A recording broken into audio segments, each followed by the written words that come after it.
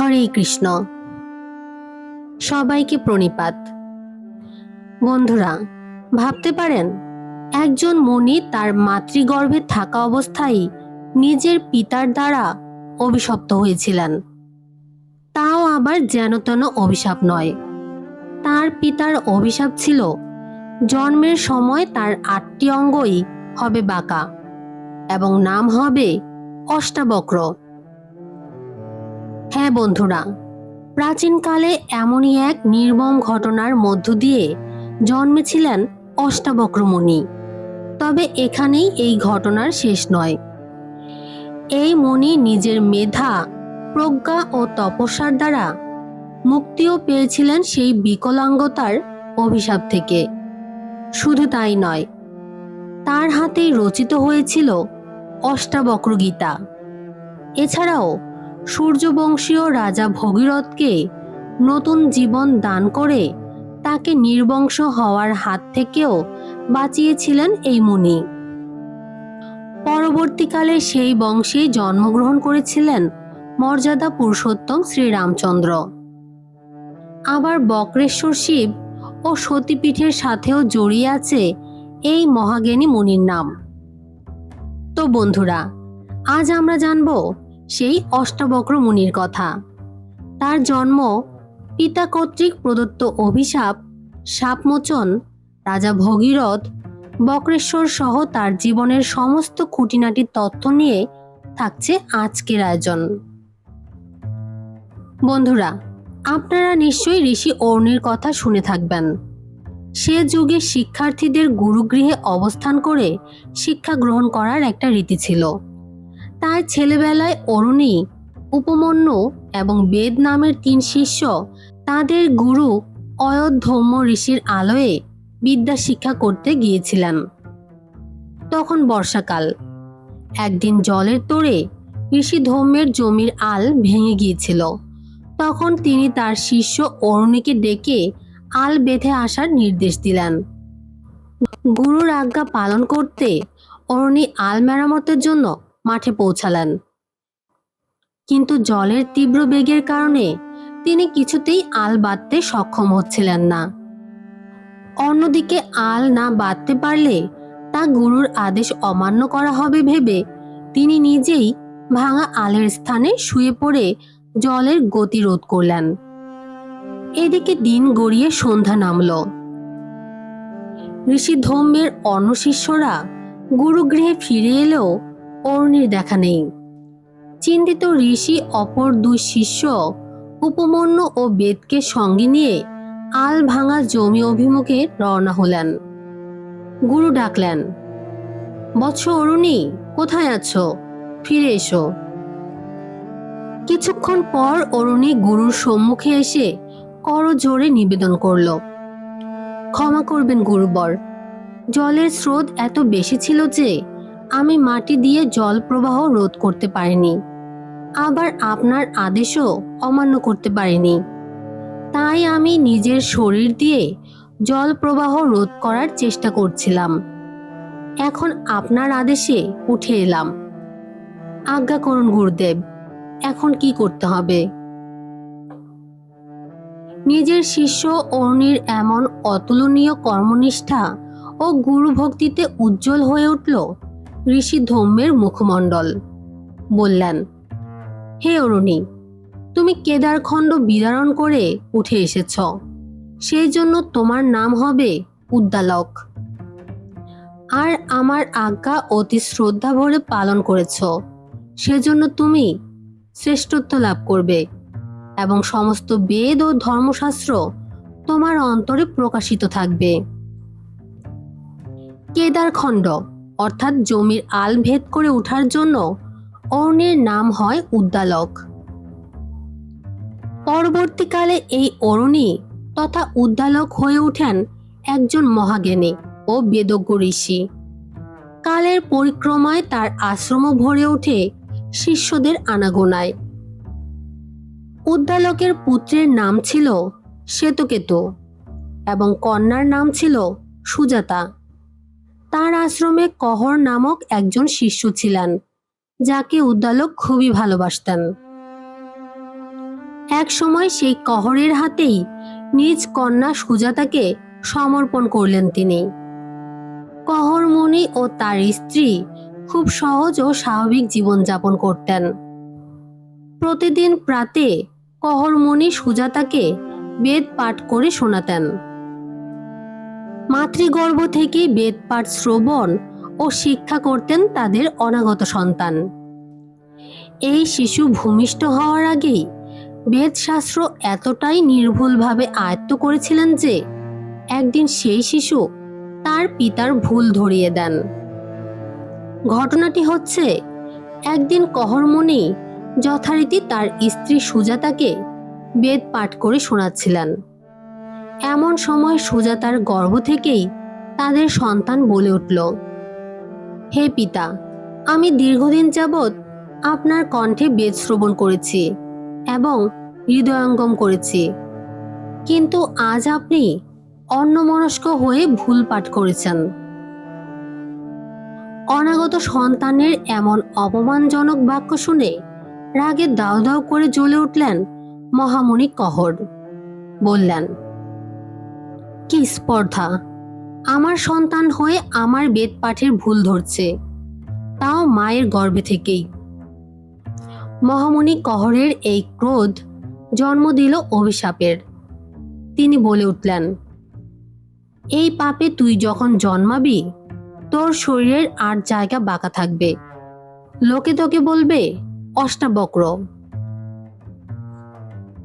যাই হোক, এর কিছুদিন পরের কথা। একদিন রাজর্ষি জনক ঘোষণা করলেন, যিনি তার সভায় শাস্ত্র যুক্তিতে তার সভা পণ্ডিত বন্দীকে পরাজিত করতে পারবেন, তার আর কোনো অভাব থাকবে না। ঘোষণাটি পৌঁছালো মহামণি কহরের কাছে।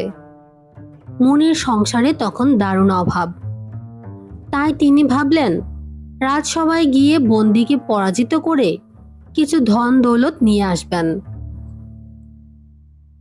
কিন্তু কহরমণির ভাগ্য ছিল এর বিপরীত। রাজপণ্ডিত বন্দির কাছে তর্কযুদ্ধে দারুণভাবে পরাজিত হলেন তিনি, আর সেই তর্কযুদ্ধের শর্ত অনুযায়ী জলে ডুবিয়ে দেওয়া হলো কহরকে। এর কিছুদিন পরেই জন্ম নিলেন অষ্টাবক্র মুনি। জন্মের পর থেকেই তার শরীরে ছিল 8টি বাঁক, যে কারণে অন্য স্বাভাবিক শিশুদের মতো তিনি স্বাভাবিকভাবে চলাফেরা করতে পারতেন না। এদিকে সুজাতার পিতা তথা উদ্দালকের নির্দেশ ছিল অষ্টাবক্র যেন কোনোভাবেই তার পিতার করুণ দশা না জানতে পারে।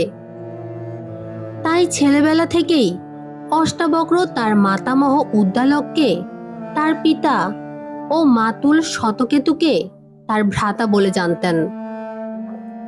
এভাবেই দিন কাটতে লাগলো অষ্টাবক্রের। দিনে দিনে বড় হয়ে উঠলেন তিনি। কিন্তু কথায় বলে, সত্য কখনো চাপা থাকে না। অষ্টাবক্রের ক্ষেত্রেও তাই ঘটল। তার মাতা, মাতামহ ও মাতুলের অসংলগ্ন কথাবার্তার জেরে একসময় তিনি তার মাতার মুখ থেকে বের করে আনলেন আসল সত্য। অর্থাৎ তিনি জানতে পারলেন তার পিতাকে জলে ডুবিয়ে দেওয়া হয়েছে বন্দী নামক এক মহাপণ্ডিতের সাথে তর্কযুদ্ধে পরাজিত হওয়ার কারণে। অষ্টাবক্র সিদ্ধান্ত নিলেন তিনিও তর্কযুদ্ধ করবেন পণ্ডিত বন্দির সাথে। তার মাতা ও মাতামহ তাকে বাধা দেওয়ার আপ্রাণ চেষ্টা করেও ব্যর্থ হলেন। অবশেষে অষ্টাবক্র ও তার মামা রওনা হলেন রাজর্ষি জনকের সভার উদ্দেশ্যে। উল্লেখ্য, শ্বেতকেতু সম্পর্কে অষ্টাবক্রের মামা হলেও তাদের বয়সের ব্যবধান ছিল খুবই কম। তারা দুজনেই ছিলেন নিতান্ত বালক। সে যুগে বলা হতো, ক্ষত্রিয়ের অস্ত্রের মতো ব্রাহ্মণের হাতিয়ার হচ্ছে তার বিদ্যা বুদ্ধি। যাই হোক, অষ্টাবক্র ও শ্বেতকেতু জনক রাজার প্রাসাদে তো গেলেন, কিন্তু দ্বাররক্ষী তাদের ঢুকতেই দিলেন না। বললেন, তোমরা নিতান্তই ছেলে মানুষ, জনক রাজার সভায় কেবল জ্ঞানীরাই প্রবেশ করতে পারেন। এ কথা শুনে অষ্টাবক্র বললেন, আমরা সমস্ত বেদ ভালোভাবে অধ্যয়ন করেছি, তাই বয়স কম হলেও আমরা জ্ঞানী। অতএব ভিতরে যাওয়ার অনুমতি দিন। দেখি জনক রাজার সভায় কত বড় তার্কিক পণ্ডিত আছেন। দ্বারপাল বললেন, না না, তোমরা বড্ড ছেলে মানুষ, এ কাজ আমি করতেই পারি না। অষ্টাবক্র বলল, কে জ্ঞানী সেটা বয়স দিয়ে বিচার করবেন না। ভেবে দেখুন, অনেকের বয়সের ভার বাড়লেও বুদ্ধিতে তারা হালকাই থেকে যান। যেমন তুলো গাছের ফল পেকে গেলেও হালকাই থেকে যায়। অষ্টাবক্রের কথায় দ্বারপাল মুগ্ধ হলেন এবং ভিতরে যাওয়ার অনুমতি দিলেন। রাজসভায় প্রবেশ করেই অষ্টাবক্র বললেন যে তারা সবার শ্রেষ্ঠ তার্কিক পণ্ডিতের সঙ্গে তর্কযুদ্ধে নামতে চান। জনক রাজা বললেন, বেশ তো, তার আগে আমার এই সামান্য ধাঁধার উত্তরটা দাও দেখি। বলো তো কি, যাতে 12টা ভাগে 30টা টুকরো আছে, আবার 24টা ভাগে 360টা টুকরো আছে। অষ্টাবক্র সঙ্গে সঙ্গে বললেন, একটা বছর, যা 12 মাসের ভাগে, আর প্রতিটি মাস 30 দিনের টুকরোয় ভাঙা। এটাই আবার 360 দিনে 12টি পূর্ণিমা আর 12টি অমাবস্যায় ভাঙা যায়।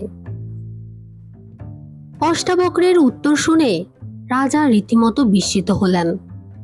তারপর বললেন, বলো দেখি, কোন প্রাণী ঘুমুলেও চোখ বন্ধ করে না? কে জন্মানোর পরেও স্পন্দিত হয় না? কোন বস্তু বেগে বৃদ্ধি পায়? অষ্টাবক্র হেসে উত্তর দিলেন, মাছ ঘুমুলেও চোখ বন্ধ করে না, ডিম জন্মেও স্পন্দিত হয় না, আর নদী বেগের দ্বারা বৃদ্ধি পায়। উত্তরগুলো শুনেই জনক রাজা বুঝলেন এ বালক হলেও সত্যি জ্ঞানী। তিনি বললেন, অসাধারণ তোমার বুদ্ধি, তুমি অবশ্যই সভায় আসতে পারো, কিন্তু মনে রেখো, সেখানে আছেন সর্বশ্রেষ্ঠ তার্কিক পণ্ডিত বন্দী। তাকে কেউ কোনোদিন তর্কে পরাজিত করতে পারেনি, আর তিনি যখন কাউকে তর্কে পরাজিত করেন তখনই তাকে জলে ডুবিয়ে দেন। অষ্টাবক্র বললেন, হে রাজন, আপনি ভয় পাবেন না। উনি কখনো সেরকম কোনো পণ্ডিতের সামনে আসেননি বলে এমন মিথ্যে ধারণা হয়েছে।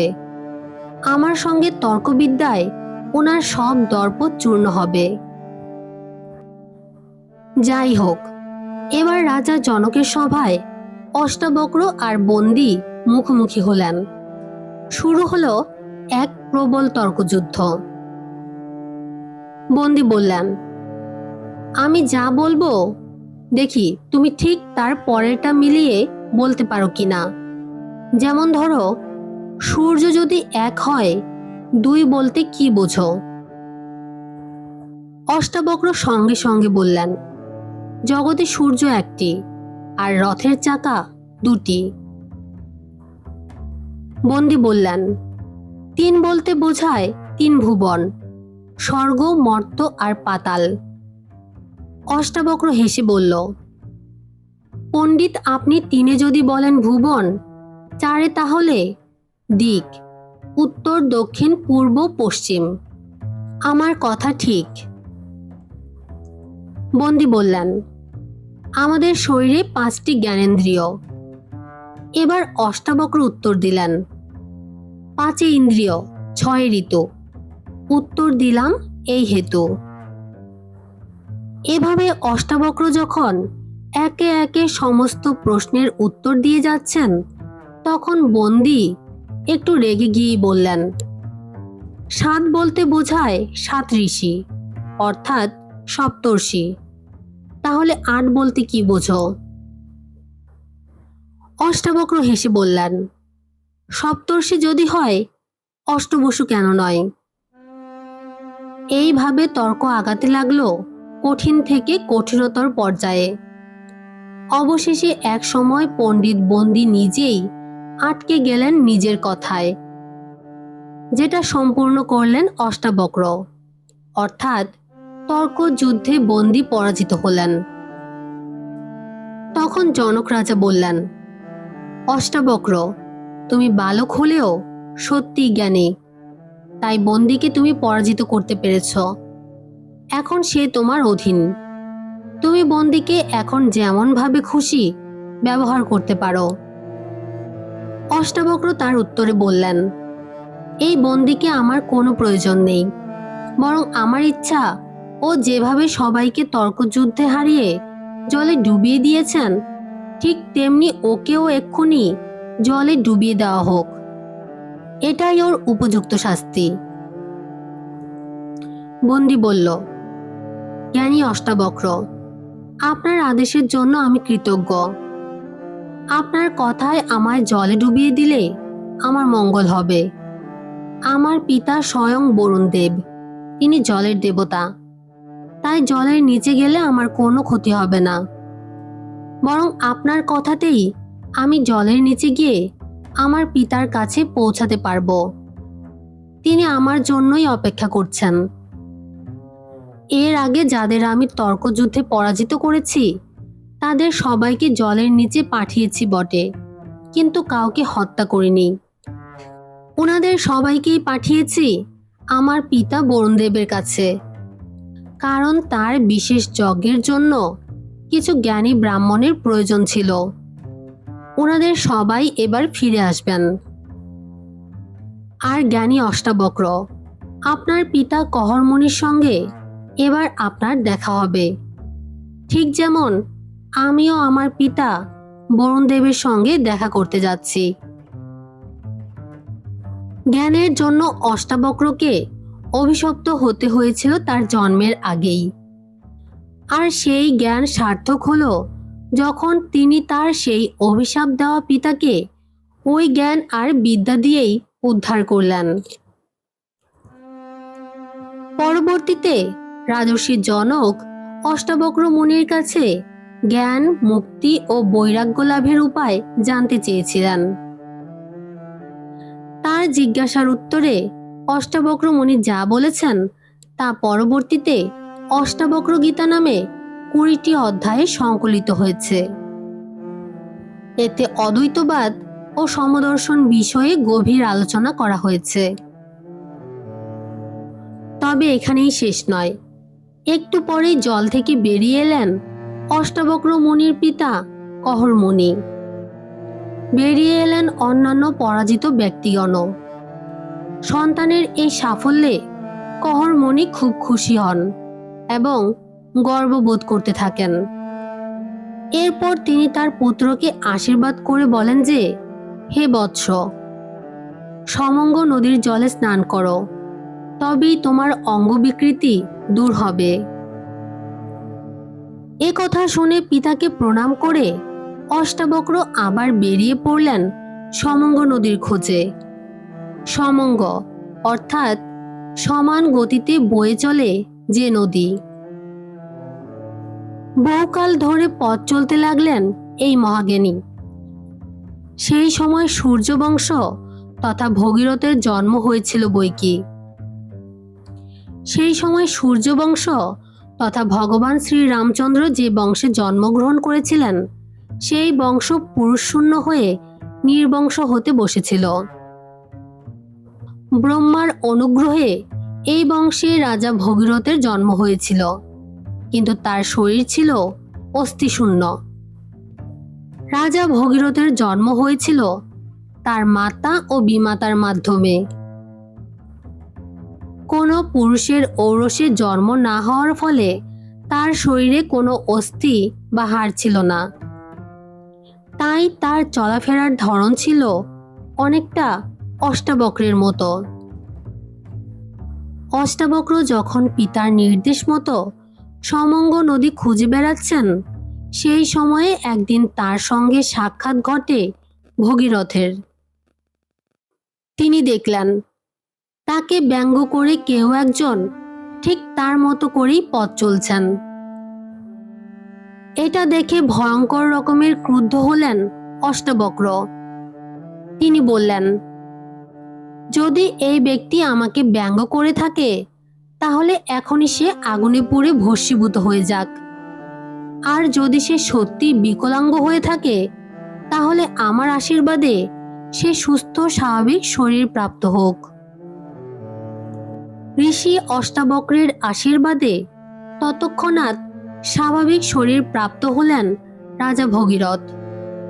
এরপর তিনি স্বর্গের গঙ্গা দেবীকে মর্তে এনে সাগর রাজার 60,000 বংশধর তথা তার পূর্বপুরুষদেরকে কপিল মুনির অভিশাপ থেকে মুক্তি দিলেন।